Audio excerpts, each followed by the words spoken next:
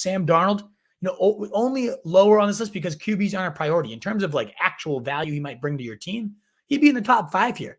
Because guess what? He leads the NFL of all players right now in rushing touchdowns. 5 of them on the season. Insane.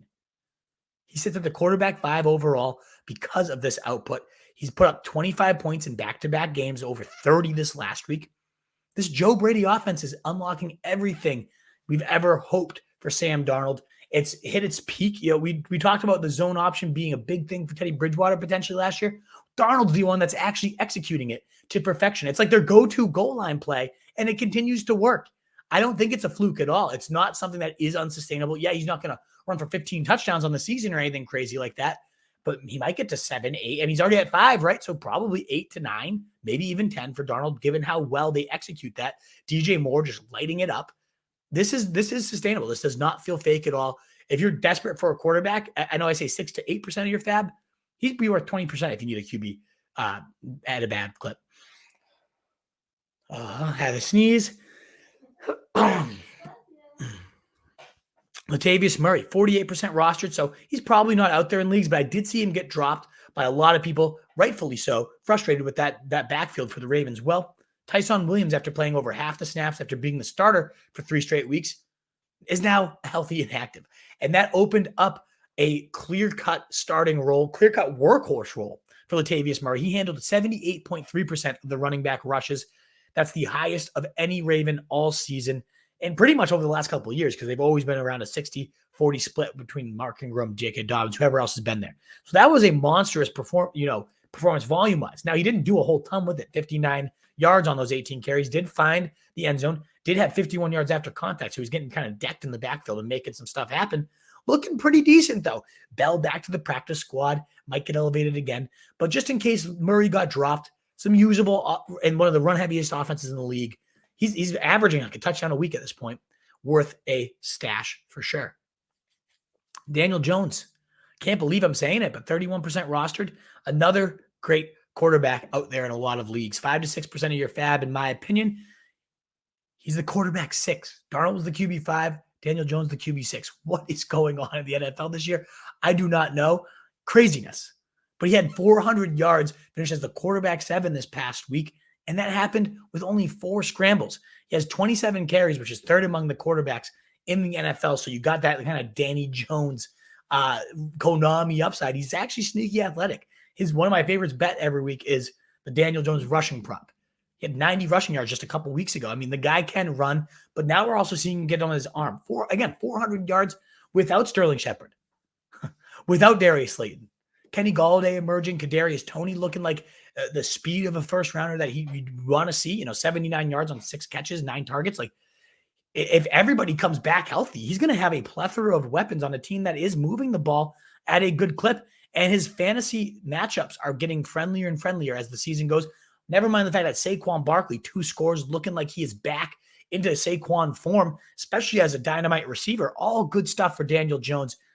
A good week if you need a quarterback. There are lots of guys out there, and him being the second best option, in my opinion, other than, of course, Sam Darnold.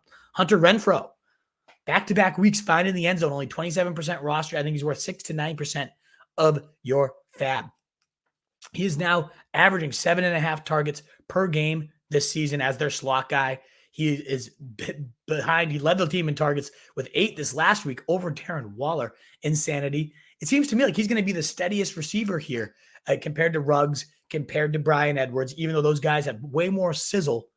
Take the steak, take the actual meat on the bone that is with Hunter Renfrow right now. He's running the 4th most routes on the team, but still getting it done. He's the wide receiver 26 across these last 4 games, seeing 6 targets and 5 catches in every game so far this year.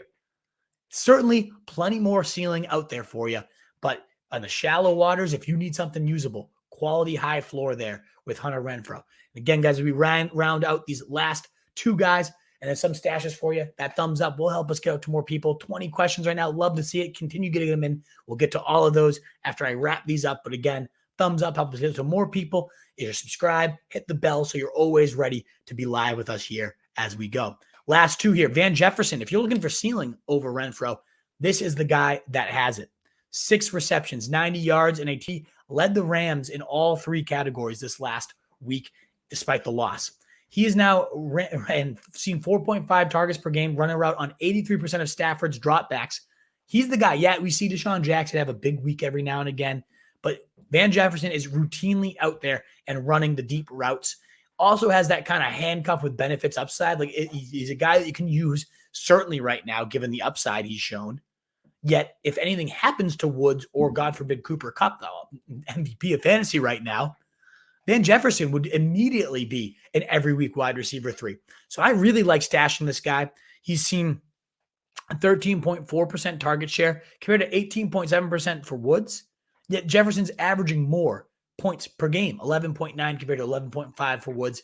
I wonder if that switches at some point. Remember, Jefferson was handpicked by this team, and he's looking damn good so far. So one of the guys I love on this. I mean, this is crazy week. Like last week, he would have been number 1, and he's number 15 on this list. This is a very deep waiver wire week, guys.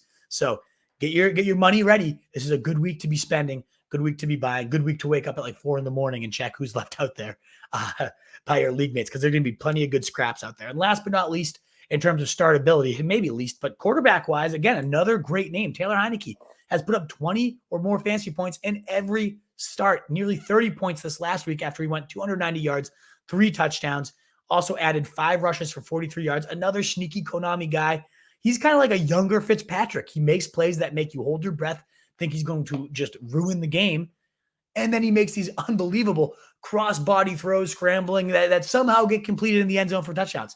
It's fun to watch. It's fun to root for. He's got a great weapons cabinet. You saw Terry McLaurin go off for 2 scores, McKissick getting open for a ton of yards after the catch. It's just it's an offense that's going to generate points. They're going to need to generate points, as we mentioned, 30.5 points against all year. They're going to need their points. And so Taylor Heinicke, a low end, there's just so many that you can fit this like low end starter bill. He's definitely like a high end QB2. They have QB2 leagues. If he's out there, you got to go scoop him up as fast as you can. What is up, you fantasy wolf? Thanks so much for tuning in. If you haven't already, share your thoughts in the comments. Check out some more videos and join the newest Wolfpack by subscribing below.